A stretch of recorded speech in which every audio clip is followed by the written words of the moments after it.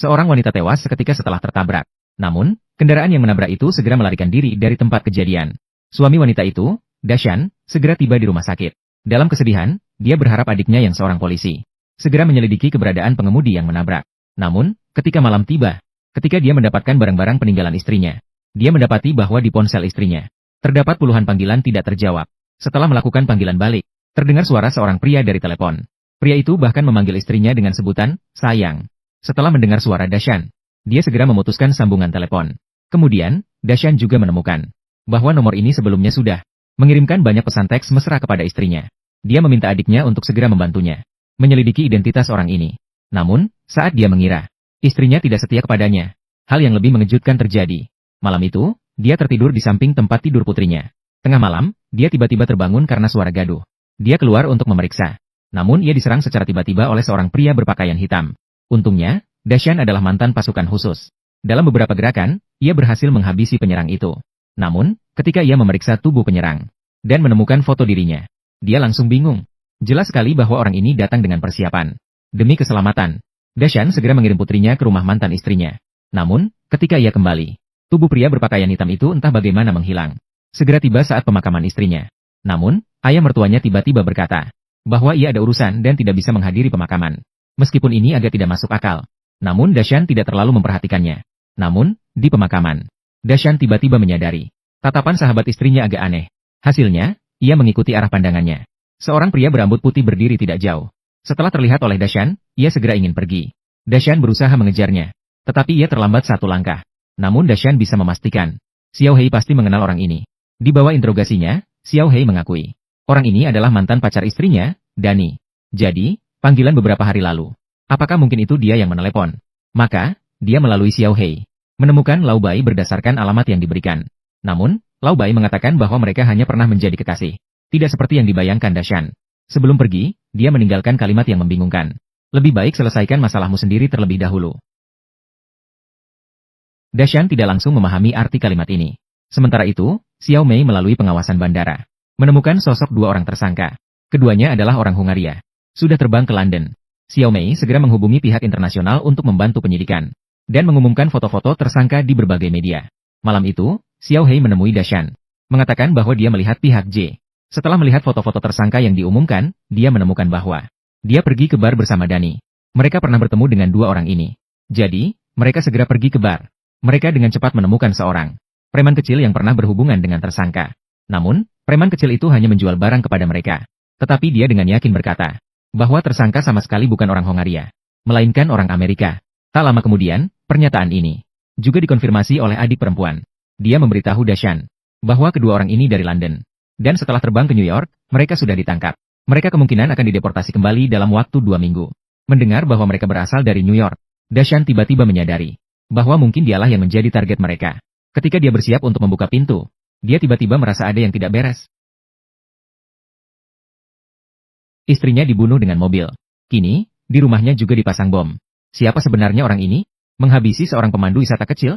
Hal pertama yang terpikir oleh Dashan adalah mantan atasannya, Ishak, saat dia di Amerika. Dulu karena laporannya sendiri mengirimnya ke penjara. Apakah ini balas dendamnya? Maka Dashan segera menghubungi teman Dashan di New York, Hu Zige. Hasilnya dia mendapatkan umpan balik informasi. Ternyata Ishak sudah bebas. Begitu mendengar, Dashan terbang ke New York semalaman. Ia pertama kali datang ke penjara untuk bertemu dua tersangka yang ditangkap. Namun ia diberitahu bahwa kedua orang itu sudah dibebaskan. Baru saja ditangkap, sudah dibebaskan. Apa yang sebenarnya tersembunyi di balik mereka? Kemudian Dashan diundang datang ke rumah ayah mertuanya untuk menghadiri pemakaman yang diadakan untuk istrinya. Ia menghibur ayah dan ibu mertuanya dan memberikan foto keluarga sebagai kenang-kenangan. Setelah pemakaman, Dashan menemukan seorang teman yang bekerja di media, Xiaona, memintanya untuk membantu mencari informasi tentang Ishak. Dengan mudah menemukan Ishak di sebuah bar yang dia kelola. Namun Ishak, yang dipukuli sampai babak belur, berkata, seseorang memang telah disewa olehnya. Tetapi dia tidak tahu bahwa itu adalah istri Dashan. Dia hanya dibayar untuk melakukan pekerjaan orang lain. Bahkan dia tidak tahu siapa majikannya. Namun, dari yang terlihat saat ini, dia telah dimanfaatkan oleh seseorang. Setelah itu, Dashan meminta Ishak untuk menipu dua orang ke bar. Namun, ketika kedua orang itu tiba, mereka diberi isyarat oleh Ishak dengan tatapannya. Kedua orang yang menerima sinyal itu langsung berbalik dan melarikan diri. Dashan dan Huzi segera mengejar. Dalam kekacauan itu, Dashan berhasil mengejar salah satu dari mereka. Tanpa mendapatkan informasi berguna apapun, dia pun segera menghabisi nyawanya. Ketika malam tiba, Dashan yang tidak bisa tidur terus merindukan. Dia melihat kembali rekaman pernikahannya dengan istrinya di ponselnya. Akhirnya dia dengan heran menemukan seseorang yang berdiri di samping ayah mertuanya. Ternyata adalah pria berpakaian hitam yang menyusup ke rumahnya untuk menyerangnya. Dashan pun merasa terkejut. Dia segera menelepon ayah mertuanya. Namun, teleponnya tidak dijawab. Setelah itu, dia langsung menuju ke rumah ayah mertuanya. Ternyata, yang membuka pintu adalah seorang asing. Setelah diselidiki, baru diketahui. Apartemen ini hanya disewa oleh ayah mertuaku selama 1 hari. Bahkan foto keluarga yang diberikan Dashan kepada mereka. Semua itu dibuang di tempatnya. Dashan menjambak kepalanya dan tidak bisa mengerti. Apa sebenarnya yang terjadi? Sepertinya semua tanda tanya kembali terfokus pada istrinya. Juga pada keluarganya.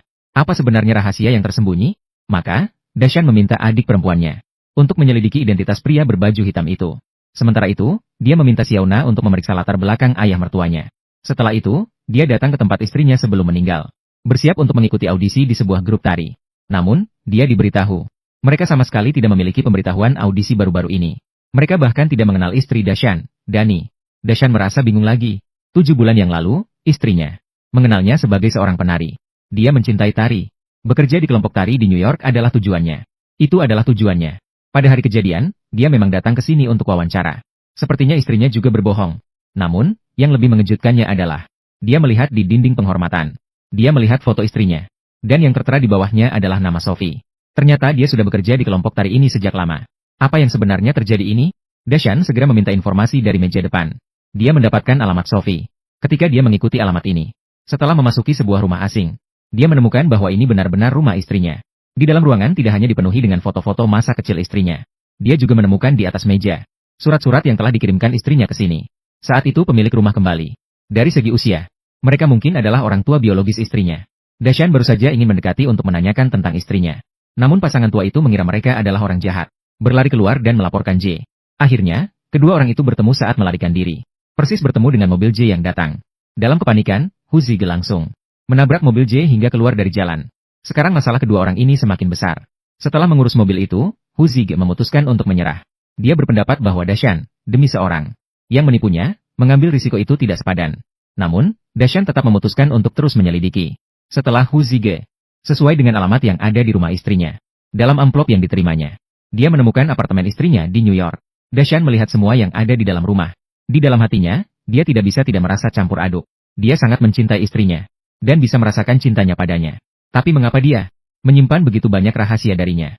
Saat itu, Xiaona menelepon. Dia tidak menemukan informasi identitas mertuanya yang palsu. Hanya menemukan apartemen yang mengadakan pemakaman, yang disewa oleh sebuah perusahaan dari Seychelles. Perusahaan ini sangat kaya dan memiliki keterampilan yang tinggi. Tidak mungkin untuk menyelidiki lebih lanjut. Dia menyarankan Dashan lebih baik mencari petunjuk dari istrinya. Setelah menutup telepon, Dashan menggeledah seluruh ruangan. Kemudian dia menemukan sebuah kotak di tempat yang tersembunyi di bawah ranjang. Di dalamnya ada sebuah pistol. Juga ada paspor palsu dari beberapa negara milik istrinya. Identitas istrinya semakin misterius. Dia segera sadar. Identitasnya bukanlah orang biasa. Saat itu, adik perempuan Dashan menelepon. Dia memberitahu Dashan bahwa orang berbaju hitam yang memasuki rumahnya ternyata adalah orang dari badan intelijen. Ini semakin tidak masuk akal. Dashan memanggil Xiaona. Setelah pemeriksaan yang teliti, Xiaona memastikan bahwa paspor-paspor ini adalah palsu. Dari tanggal visa dapat dilihat. Sebelum menikah dengan Dashan, dia terus-menerus berpindah-pindah antara beberapa negara. Dengan identitas ganda, dia bisa pergi kemana saja. Hanya ada satu jenis orang yang bisa melakukan ini, yaitu agen intelijen. Saat itu, sebuah koran yang dicetak. Perhatian, ini berkaitan dengan berita tentang AS dan Israel. Berita yang menggambarkan ketegangan antara badan intelijen. Karena Dani khusus mencetak laporan ini, maka kemungkinan besar ada rahasia yang tersembunyi di dalamnya. Maka mereka menemui wartawan yang menulis laporan ini, Bill. Di bawah tekanan Dashan, Bill memberitahu mereka. Setelah dia menerbitkan laporan ini, dia menerima telepon dari seseorang yang berasal dari Israel, mengancamnya untuk segera menarik laporan itu, dan memaksa dia untuk mengungkap informasi dari laporan tersebut. Dari seorang pejabat menengah Israel bernama Shao. Situasi semakin kompleks. Setelah adik perempuan Dashan menerima pesan darinya, dia segera menemukan pejabat bernama Shao. Shao memberitahu adik perempuan Dashan. Setelah dia mengungkapkan informasi ini, dia juga menerima ancaman yang sama. Dan orang yang mengancamnya adalah Lau Bai. Di pihak Dashan, Xiao Na menelepon informannya di Biro Pemuda. Dia mengatakan bahwa Martin mungkin telah membunuh seorang anggota Biro Pemuda. Mereka berharap dengan cara ini memancing di air keruh untuk menarik Martin. Namun ketika telepon Xiao Na berdering lagi, ternyata itu adalah suaminya yang menelepon. Dia mengatakan bahwa seseorang telah masuk ke rumah. Ketika mereka kembali ke rumah, ternyata itu adalah Hu Zige. Ternyata penyidik sudah mengikuti jejak mobil yang mengarah ke Hu Zi. Untungnya dia berhasil melarikan diri. Namun dia sudah tidak punya tempat untuk pergi. Dashan hanya bisa membawanya bersembunyi di apartemen istrinya. Dashan yang kelelahan berbaring di tempat tidur dan menelepon putrinya. Putrinya mengatakan bahwa kakek Martin sedang dalam perjalanan untuk menjemputnya. Sepertinya mereka akan menyerang putrinya. Dashan segera memberitahu adiknya untuk melindungi putrinya. Dia sendiri bergegas ke bandara untuk kembali ke negara. Namun saat memproses check-in, tindakan aneh dari petugas membuatnya merasa ada yang tidak beres. Dia merasa perlu melihat sekitar. Ternyata sudah ada orang yang mengelilinginya. Dashan meninju seorang dan segera berlari ke arah keluar. Namun dia melihat sosok Martin di pintu. Tampaknya dia sudah terjebak. Setelah itu, Dashan melompat ke dalam kereta bawah tanah dan berhasil melarikan diri. Namun, dia tidak pergi begitu saja. Melainkan, di stasiun berikutnya dia melakukan serangan balik. Dia bersembunyi di tempat gelap menunggu Martin meninggalkan sendirian. Dia merampas sebuah mobil dan mengikutinya. Hingga akhirnya Martin masuk ke tempat parkir pribadi. Dengan putus asa, Dashan hanya bisa menunggu di luar. Keesokan harinya, mobil Martin muncul lagi dan dia mengikutinya. Namun, setelah mobil berhenti, yang turun adalah seorang wanita. Dashan mengikuti wanita itu masuk ke sebuah studio yoga. Dari buku registrasi, nama belakang wanita itu. Setelah memastikan dia adalah istri Martin, dia memanggilnya dengan nama dan berpura-pura menjadi kolega Martin. Dia bilang ingin bercanda dengan Martin. Meminta wanita itu untuk mengambil foto bersama dan mengirimkannya kepada Martin. Martin sedang mencari Dashan di seluruh dunia. Sementara itu, istrinya mengirim foto bersama Dashan. Dia segera menyadari bahwa dia tidak bisa menggunakan kekerasan. Di sisi lain, Dashan menemukan Xiaona. Karena sebelumnya Xiaona berhasil mendapatkan informasi dari seorang informan di Youth Bureau. Dia berhasil menarik perhatian Martin. Dia menduga bahwa Martin pasti akan menghubungi dirinya melalui jalur ini. Ternyata, dia tidak salah. Xiaona segera menerima telepon dari Martin. Demi keselamatan Dashan, juga agar tidak memperbesar masalah, Xiaona mengatur lokasi pertemuan di museum. Karena keamanan di sana tidak memperbolehkan orang membawa senjata masuk. Namun, saat Dashan dan Huzige dalam perjalanan ke pertemuan, mereka diserang di tengah jalan. Keduanya bekerja sama untuk mengatasi dua penyerang. Dan ketika Dashan memasukkan salah satu dari mereka ke dalam bagasi, dia kembali ke mobil dan baru menyadari bahwa Huzige terluka. Karena luka-lukanya terlalu parah, dia tidak sempat dibawa ke rumah sakit. Huzi tidak lagi bernapas. Dashan yang marah menarik keluar penyerang dari bagasi. Dia memukulnya dengan keras, satu pukulan demi satu pukulan. Dan saat itu, telepon es tangan berdering. Dashan mengangkat telepon. Itu adalah panggilan dari bos es tangan.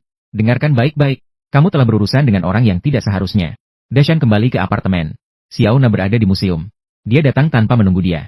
Kematian Huzig membuat Dashan sangat menderita. Agar Xiaona tidak terlibat juga, dia menyuruh Xiaona untuk segera pergi dan tidak lagi menanyakan hal ini.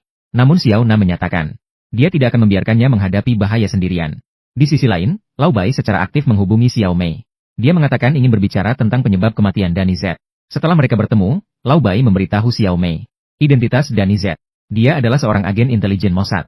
Dan Danny adalah seorang agen intelijen dari negara yang buruk. Danny mengenalnya dengan menciptakan kesempatan. Menggunakan identitasnya untuk mencuri informasi sensitif. Setelah identitas Danny terungkap, dia telah diberhentikan. Dia berharap dapat bekerja sama dengan Xiao Mei. Menemukan informasi yang dikuasai Danny. Menghindari nasib penjara. Setelah kembali, adik perempuan segera memberitahukan isi percakapan mereka kepada Dashan. Maka Dashan mulai mencari di dalam kamar. Mencari informasi yang disembunyikan Danny. Isi yang tercatat di sebuah buku catatan.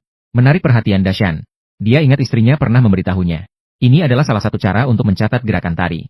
Maka dia mencari seorang guru tari yang ahli untuk menginterpretasikan cara pencatatan seperti ini. Namun dia menemukan bahwa sebagian dari itu berbeda dengan cara pencatatan biasa.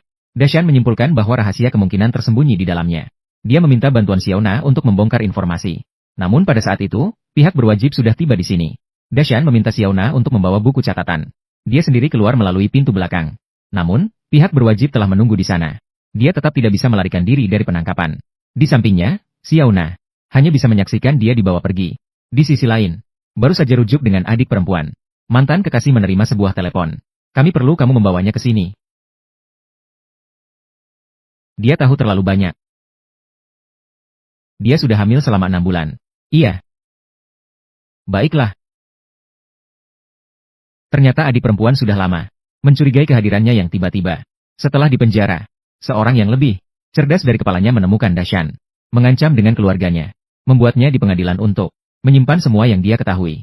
Meskipun Dashan pergi dengan marah, tapi pada hari sidang, Dashan tetap memilih untuk menyimpan rahasia ini. Di sisi lain, Xiaona berusaha menyelamatkan Dashan.